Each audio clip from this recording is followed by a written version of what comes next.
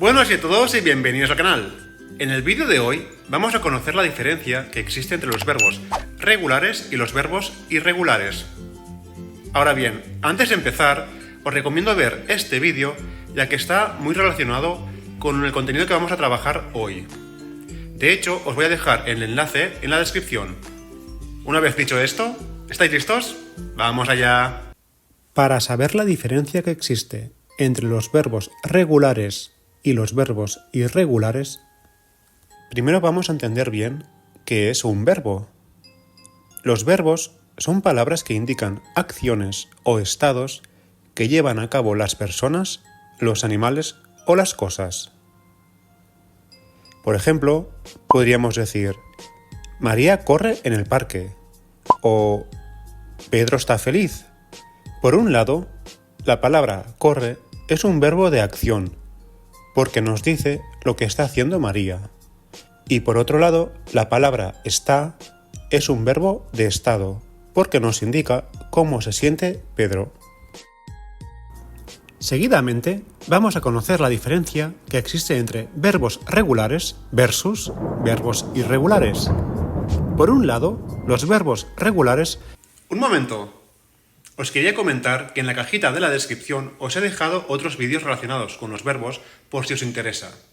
También comentaros que me escribáis en los comentarios qué otros vídeos os gustaría que hiciera. Sigamos con el vídeo. Siempre siguen las mismas reglas cuando los conjugamos. Es decir, la raíz del verbo se mantiene siempre igual y podremos conjugar los verbos de forma sencilla. Por ejemplo, con el verbo hablar, yo hablo, tú hablas, él habla, nosotros hablamos, vosotros habláis y ellos hablan. ¿Qué pasa aquí? La raíz del verbo, que está pintada en rojo, nunca cambia. Solo añadimos las terminaciones o, as, a, amos, ais y an a la raíz. Asimismo, otros verbos regulares que nos podemos encontrar serían el verbo comer o el verbo vivir. Una vez hemos entendido qué son los verbos regulares, pasaremos a conocer los verbos irregulares. Estos verbos se diferencian porque no siguen las mismas reglas. A veces la raíz del verbo sufre cambios o la terminación es diferente. Como existe una gran cantidad de verbos irregulares según los cambios que sufren, a continuación vamos a conocer los cambios más comunes. En primer lugar, tenemos unos verbos que son completamente impredecibles, porque no siguen un patrón lógico en sus conjugaciones. Por ejemplo, el verbo ser o el verbo ir. En estos dos casos, el presente del modo indicativo de estos verbos sería yo soy, tú eres, él es, nosotros somos, vosotros sois y ellos son. Y del verbo ir sería yo voy, tú vas, él va, nosotros vamos, vosotros vais y ellos van.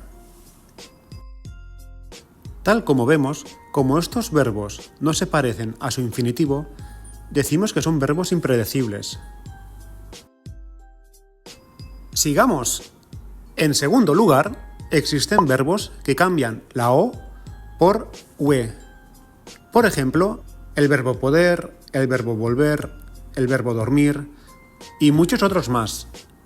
Fijaros, si conjugamos el verbo almorzar, nos quedaría de la siguiente manera: yo almuerzo, tú almuerzas, él almuerza, nosotros almorzamos, vosotros almorzáis y ellos almuerzan. En tercer lugar, aparecen los verbos en los cuales cambiamos la E por la I. Y bien, ¿qué verbos nos podemos encontrar dentro de este grupo?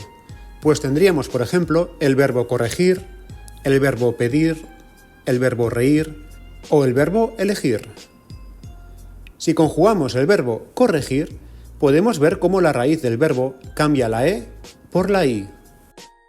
En cuarto lugar, tendríamos los verbos que cambian la E por ye. Y dentro de este gran grupo podríamos tener el verbo pensar. Por ejemplo, yo pienso, tú piensas, él o ella piensa, nosotros pensamos, Vosotros pensáis y ellos piensan.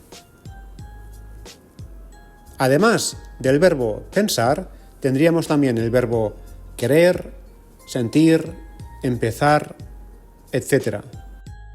Al fin y al cabo, para aprender los verbos irregulares hay que ir practicándolos haciendo oraciones simples. Por último, aquí os dejo una lista con algunos de los verbos irregulares más importantes para aprender. No te preocupes si parecen muchos. Practicando poco a poco, los aprenderás.